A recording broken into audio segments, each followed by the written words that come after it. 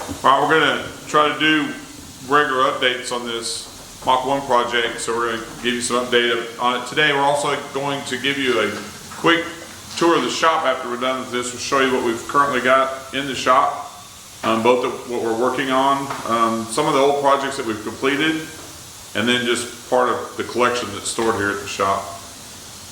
So, in the last week since we saw you last time, we've added the front suspension components to it.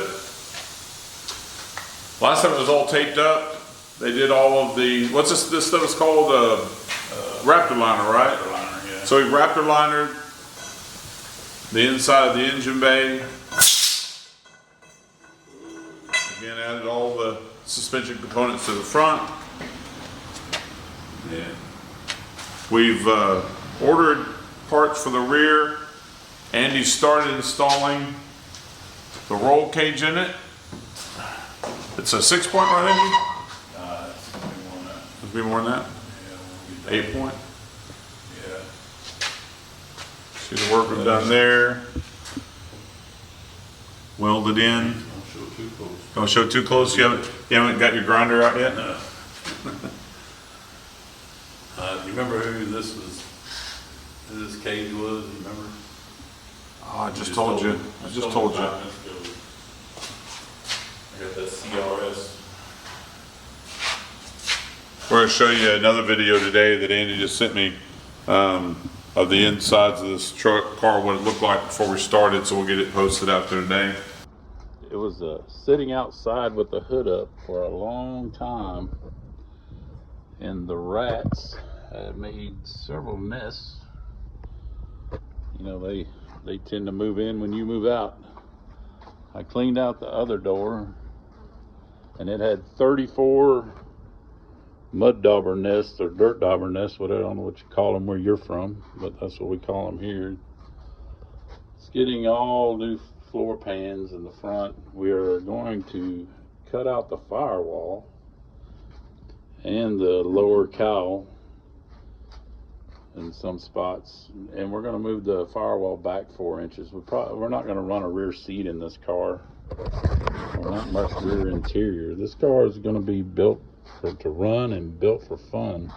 I don't know if you can see in there, this is the driver's door. I have not started cleaning the nests out of it yet, but it is, like I say, it is plenty bad, full of nests. The underneath is pretty good. It does have this hole that somebody torched in it for some odd reason. I mean, the car is not really bad. It's just they left it sitting with the doors open, or the windows down, I guess, and the door and the hood up, and it kind of tweaked the hood, and the chrome's kind of in rough shape. But like I say, we don't really intend on doing much with that. We just intend on making it a fun driver. We haven't we've done anything in the back other than clean things up. You can see where the roll bar attaches there. So this week, Andy, what are we trying to get done in the next part of this? Finish the roll cage, and what else? We're gonna try to have the motor sitting in it. I was hoping today, but it looks like tomorrow I'll be able to. We could put it in there now.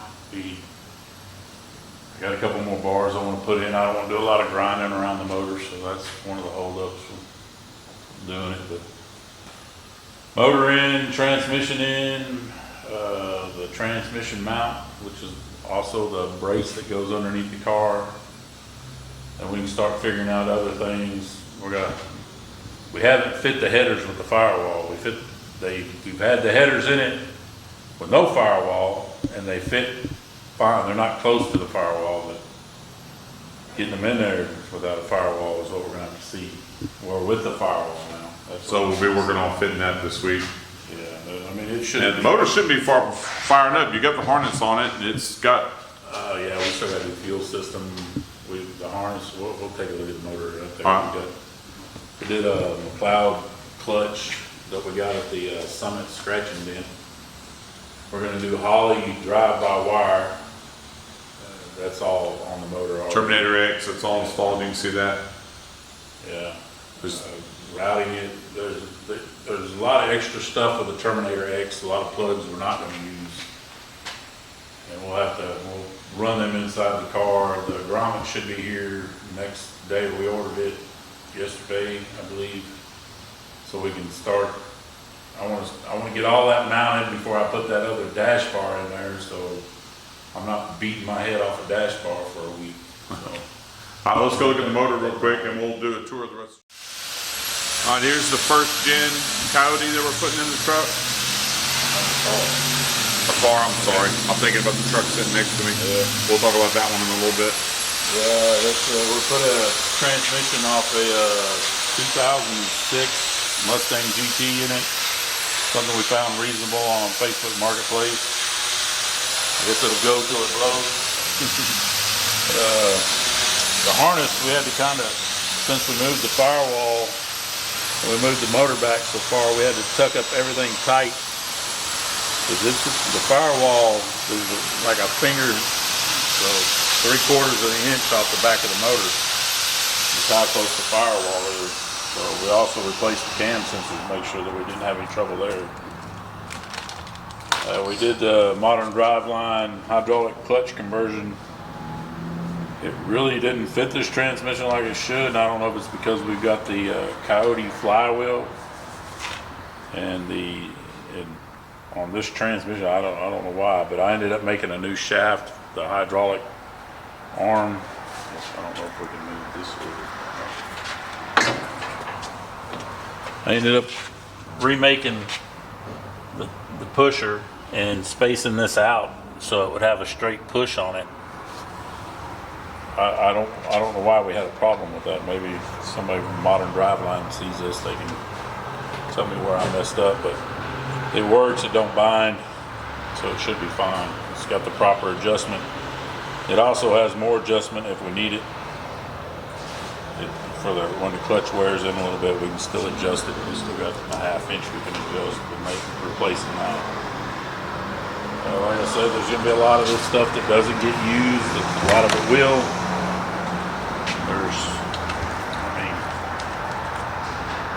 Comes with an extra map sensor. We're going to use the one on the Terminator for now. We're probably not going to turbo it, at least not right now. If we do anything, maybe we'll supercharge it later so we don't have to do the exhaust twice. We'll have to figure out the radiator setup. That's the next biggest hurdle. I really don't like. It's hard to deal with the Coyote and the cooling system. I know there's lots of parts out there that you can buy and make it easier, but they sure are expensive. That's the problem with the Coyote, is that everything seems to be expensive for it. We did the over here. We did the delete for the evap or the purge valve, which worked out pretty easily. If you take one of the bolts we bought a package of bolts for the headers, and it is like 2/1000ths bigger than the hole. So I took some JB weld and heated that and tapped it in there, so we don't have to run that purge valve on top of there and figure out another way to block it off. It should hold any kind of pressure we're going to put to it. It's pretty simple deal. If anybody wants to know, I'll get them the number, the part number for the bolt we use. But I just cut the head off the bolt. It's knurled, so that makes it even better to hold when you not tap it in there. I mean, it tapped in there pretty snug and it's locked down, so that's a quick, simple fix. And I took the ears off to kind of make it a little bit better. Needs a little more grinding and smoothing out, but we'll see. This is kind of a down and dirty car. We're not overdoing it and we're not underdoing it. We're doing it right, but we're not blowing the budget, which is, maybe we have, I don't know. So he says, I will tell you something different, but that's all right. All right, we're going to give you a quick tour of the shop. I'm going to try to find Evan and walk through here. There's Ethan over there, the new guy. Say hi, Ethan. Hello. Now we're going to give you a quick tour of the shop. I'm going to let Evan do a lot of the talking here, since he's quoted these cars and worked on these cars and knows more about them than I do. This is a Pontiac Granville? Yeah. And this car came in not running, had been sitting for how long? Oh, Years. 20 years or so. 20 years.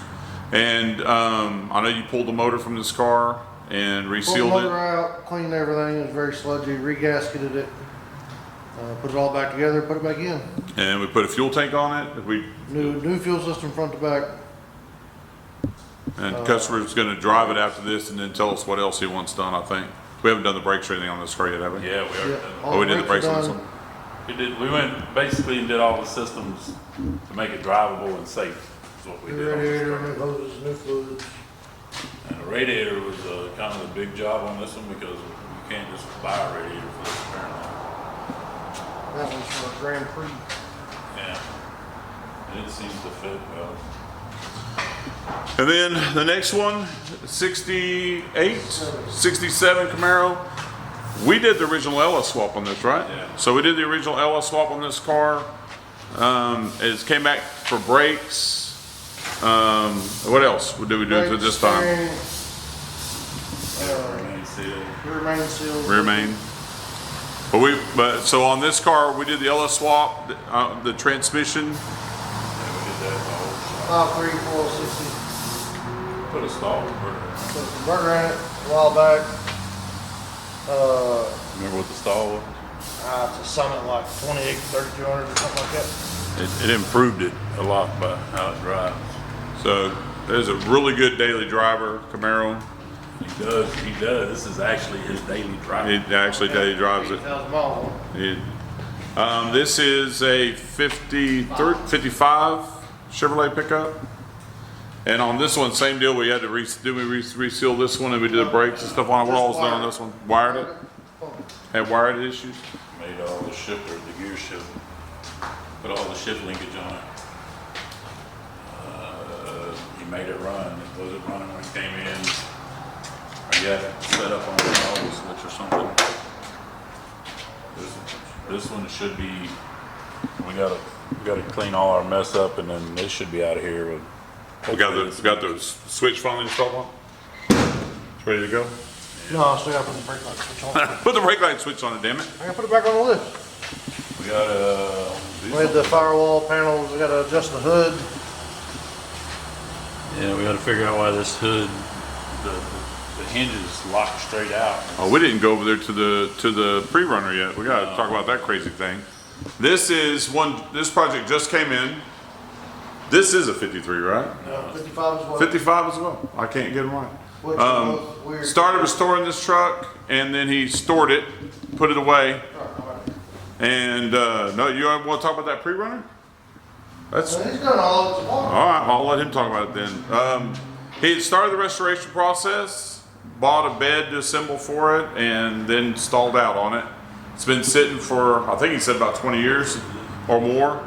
And he's to the point now that he's ready to restore it. And so he's brought it to us. We're going to assemble the And then drivetrain on it. We'll get the rear axle back underneath it and get it to rolling so that we can take it to the painter. We'll assemble the bed also before we do that. Take it to the painter, get it painted, bring it back. In the meantime, we'll tear the motor down, check it out. It had been rebuilt at one time, but that was 20 years ago and left uncovered. So it's going to have some work that has to get done to it. But we'll get all of that installed when it returns, get it running, driving, and out the door. What's odd about these trucks is they are 55s, but they're leftovers. This was a change year for Chevrolet, but these were actually titled 55, but They're really the same truck as the 54. 54. A lot of manufacturers do that with cars and change years.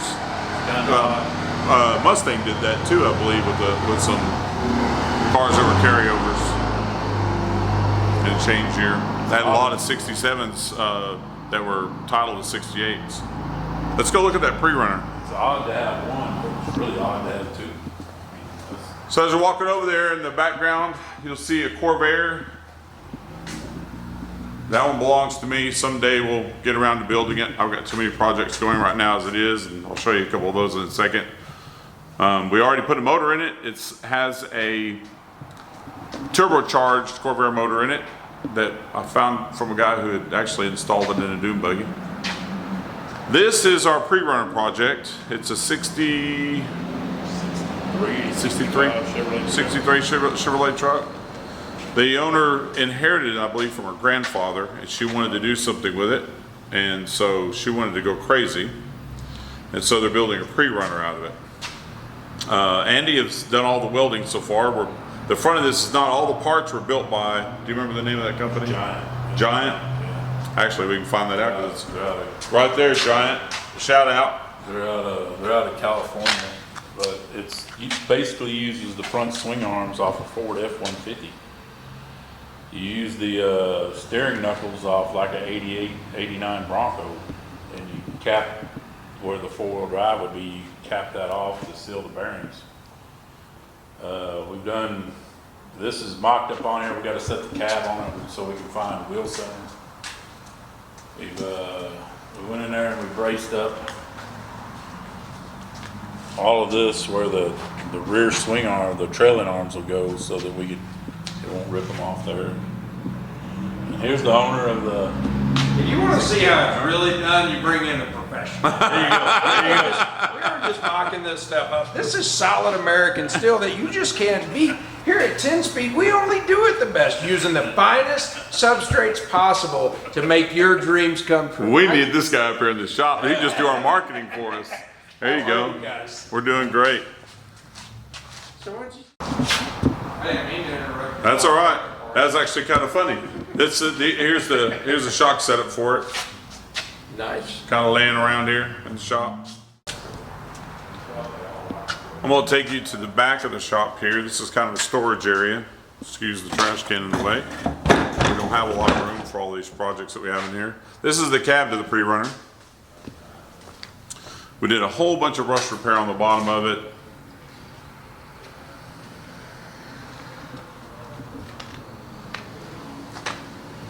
Bed for it is out back, so I can't really show you that. This is a 75 Blazer, the last year of the removable top for the Blazer. We redid all the suspension on this. Lift kit, new wheels, new tires. This truck is actually for sale. We've got a couple things that we're trying to wrap up on the interior of it. We're not going to paint it because we figure the customer will want their own paint, but that is a LT motor out of a 2016 Silverado. Has transmission out of that also. Really great truck when it's done. This is a 1923 Dodge Brothers. My dad has owned this car for probably about 25, 30 years, and I was fortunate enough that he decided to give it to me. And so it's in storage up here. Really great car. Still runs, drives. Took it to a event just the other day in Waco for the Chamber of Commerce. Great car. That's a 57 MGA that looks like a Cobra. It'll focus here. We're going to put a EcoBoost in that out of a 2016 Mustang that we recovered with less than 10,000 miles on it.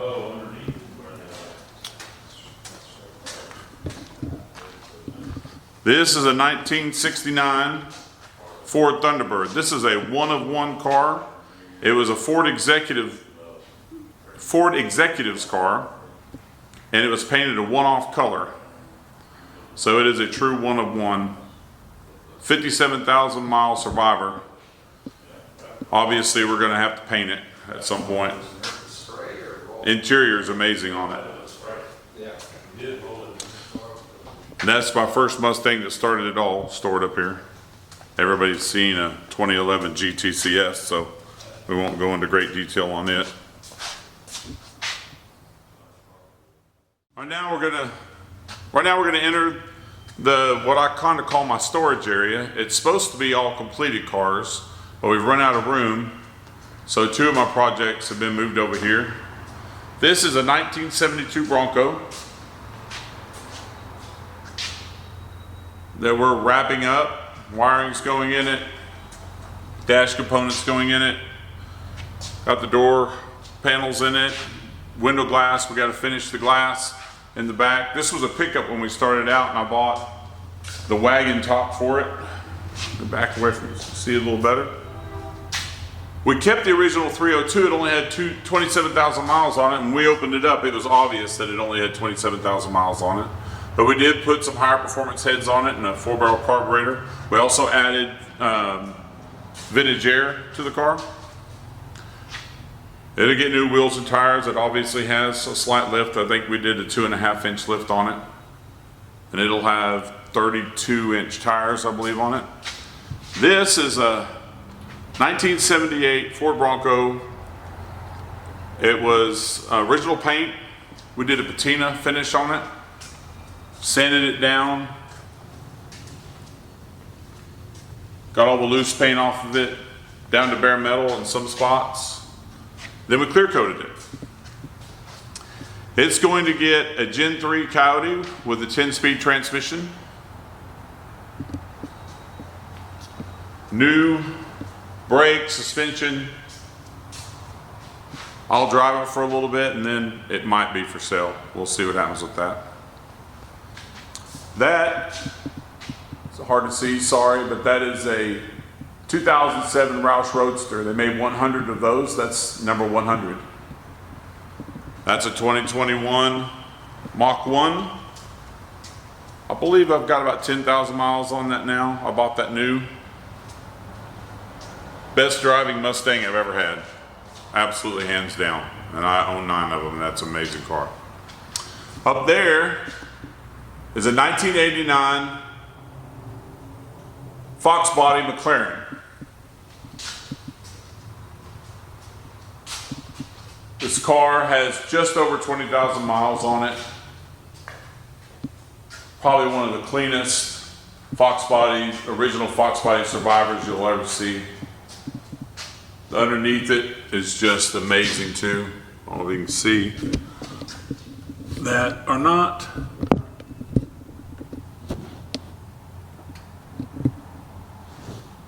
really clean, super clean car. And that is a 1971, kind of dusty, sorry. Haven't had a chance to wash this car or drive this car in a while. That is a numbers matching 71 Formula Firebird. Had it repainted about 2 years ago to its original color. The only thing that needs to be changed out on now for it to be all original would be to refinish the interior in that saddle tan color that it originally came with, which I don't know if I'll do or not. And it had a vinyl top, but that will never be back on it. Vinyl tops do nothing but damage to your cars. All right, now I'm gonna take you up to the showroom, show you a couple things we have in there. It's where we store most of the stuff that's been completed. There is a Ford Lightning up there and it is for sale, and we'll show you that up front. This is our 2002 Ford Lightning. We coyote swapped this truck, added the Predator supercharger, 585 horsepower to the rear wheels on this truck. Super straight, super clean. Seats redone. Sorry about that, with the SVT logos. Just a beautiful truck inside and out. Has a custom sound system in it from HP Audio. Bed cover. It's Raptor lined. It's a little dusty right now. Hadn't been out of this space in a little while. We built this truck to sell. We didn't build it to drive. Although that may change very soon if it doesn't sell. It may become my driver. That truck is listed for $31,500 on Facebook Marketplace. If you're interested, you can get more details there. 2002 Ford Lightning, upgraded. This 1966 Corvette belongs to my wife. We built the motor for this car at 10-speed. Came with a motor that was clapped out. It's one of the things they do a lot of times at auction. They hide stuff like that from you. You have to be very careful at auctions. Could not keep it cool. They had boarded over so far that it thin-walled and just would not cool off. And then the transmission wouldn't stay in gear. We had to have that rebuilt and removed. But this on the outside, this is an absolutely gorgeous car. And now that we've completed those things, it runs amazing.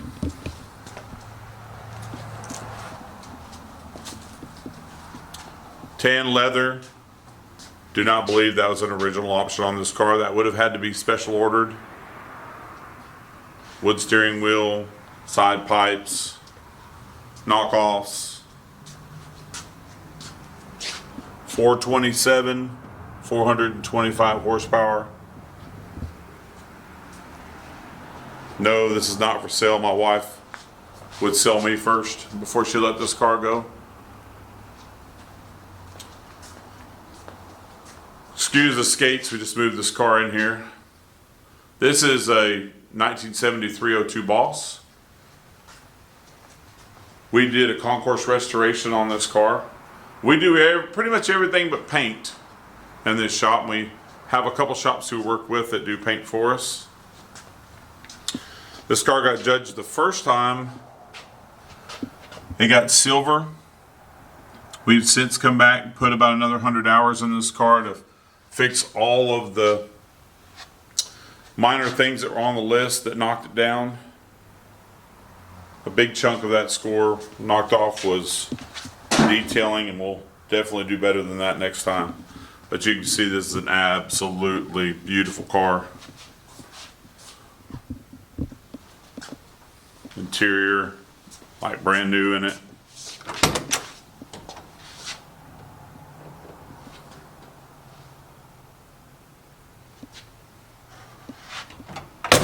The rubber is finally set on the doors where they close like they're supposed to. That's good. We kept the dish hubcaps and the beauty rings. I just think that's an amazing look. I love it. I have another set of wheels for this car that we'll eventually put on it just for driving around. I will drive this car a little bit. The one we don't drive, we drove out of Mecum onto a trailer, here off the trailer and into the shop. 1969 Boss 429. Let me get back here a little bit so you can see it. Wish this camera zoomed a little bit better, but there we go.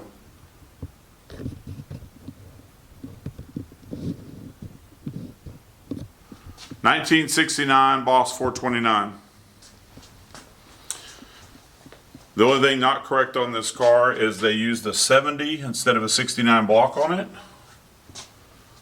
And ask me if I care. This is an amazing car. I was told by the owner that Bob Perkins actually consulted on this car. And the finishing of it is actually, he bought this car at Mecum and then took it to an MCA judge, supposedly a top judge. I have the name somewhere, but I don't have it off the top of my head. And he and Bob Perkins procured all of the parts to get it back to perfect. And other than a few little wear and tear things on this car, it is just perfect. Such a beautiful car. Fun to own. Can't wait to take it to its first show. Don't know when that will be, but it's got a new home for a while. So that's the tour of our shop. Hope you enjoyed it. We'll keep giving you updates. Please press like, follow for more content. Thanks for checking in.